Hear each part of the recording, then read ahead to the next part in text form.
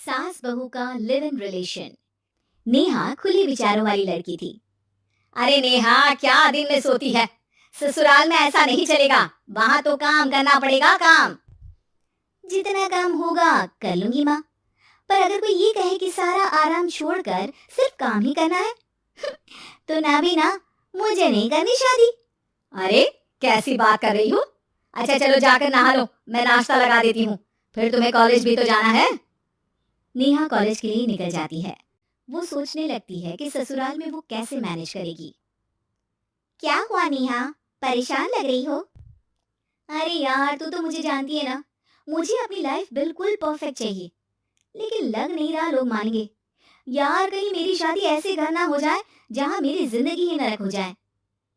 अरे मैंने ना कल एक इंग्लिश फिल्म देखी थी, उसमें भी कुछ ऐसी ही समस्या थी हीरोइन की। अच्छा, तो फिर क्या किया उसने? उसने तो अपने होने वाले पति से साफ साफ कह दिया कि वो पहले उसके घर कुछ दिन तक बिना शादी के रह कर देखेगी, और अगर ठीक लगा तो ठीक, वरना तेरे मेरे रास्ते अलग। अरे हाँ यार, ये तो बिल्कुल सही आइडिया दे रही है तू मुझे। चल मैं तो चली, थैंक्स यार, तूने मेरी प्रॉब्लम सॉल्व कर दी। ये बोलकर नेहा खुशी खुशी वहां से निकल जाती है, लेकिन पीछे से उसकी सहेली कहती है, अरे नेहा, नहीं नहीं, कुछ नहीं सुना मुझे। ये बोलकर वो वहां से चली जाती है। हे भगवान, पूरी बात सुने बिना ही चली गई।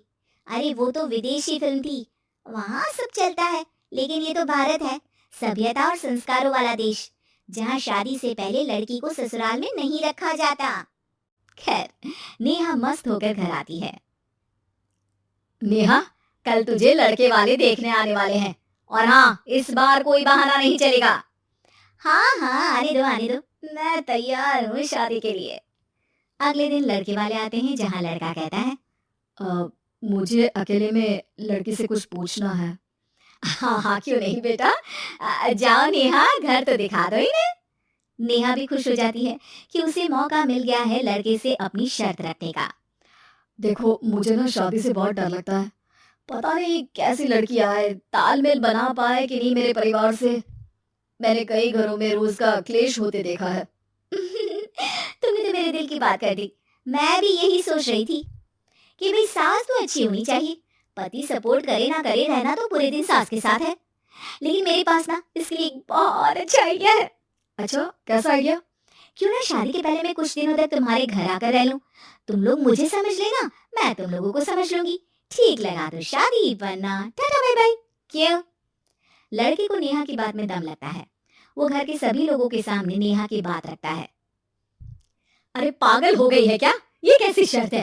अरे शादी से पहले मैं क्यों तुझे किसी और के घर भेजूंगी रहने? अरे लड़की के ख्याल तो 20 साल आगे के हैं, इतनी भी खुले विचारों वाली लड़की नहीं चाहिए हमें। अरे माँ, क्या बुरा और गलत बोल रही है ये? रहना तो हम दोनों का है ना। कल को कोई परेशानी आई तो तुम सब तो ये बोलकर निकल जाओगे कि जिंदगी तुम लोगों को ही निभानी है। तुम लोगों को जो करना है करो, तब क्या करूंगा बताओ? सबके समझाने पर वो लोग मान जाते हैं। वाह, मैं 2-3 दिनों में पैकिंग कर लूंगी, तो आकर मुझे ले जाना। और नेहा पहुंच जाती है विशाल के घर। आओ आओ, ये रहा तुम्हारा कमरा। इस घर में तुम एज अ गेस्ट रहो, लेकिन माँ तुम्हें बहू की तरह ही ट्रीट करेंगे, और तुम भी उन्हें सास की तरह ही रखना। बस फिर क्या था, शुरू हो जाता है लिव इन सास बहू का ड्रामा। अरे चाय तो बना दे बहू। जी सासू माँ, अभी लाई। नेहा चाय लेकर आती है कि बस चाय लेकर आई हो, इसके साथ पकोड़े भी ले आती। लेकिन आपने तो बताया ही नहीं कि आपको चाय के साथ पकोड़े भी चाहिए। हाँ हाँ, अब तो पता चल गया ना। रात को खाना खाने के बाद नेहा किचन में खटर पटर कर रही होती है। क्या हो रहा है वहाँ नेहा? माँ जी, मैं ना रात को अदरक वाली चाय पीकर सोती हूँ, ये मेरी आदत है।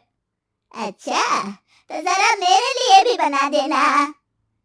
दोनों सास बहू रात को चाय पीती हैं। अगले दिन, नेहा, मैं मंदिर जा रही हूँ, मेरी साड़ी निकाल कर बेड पर रख दे। नेहा सास के लिए साड़ी निकाल कर रख देती है। वो देखती है कि उसके आने के बाद से सास ने घर का कोई भी काम करना छोड़ दिया है। यार मैं क्या करूं? ऐसा ससुराल तो मुझे नहीं चाहिए था, जिसमें मैं ही सारा काम करूं। मैं तो ऐसा घर चाहती हूँ जहाँ सास और बहू दोनों मिलकर किचन में काम करें।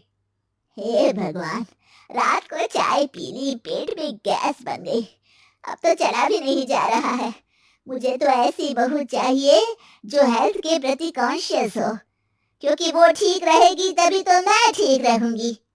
दोनों समझ जाती हैं कि वो लोग एक दूसरे के लिए नहीं बने हैं। अगले दिन, नेहा, जरा चाय तो ले आना। नेहा चाय के साथ चिलापी बनाकर ले आती है।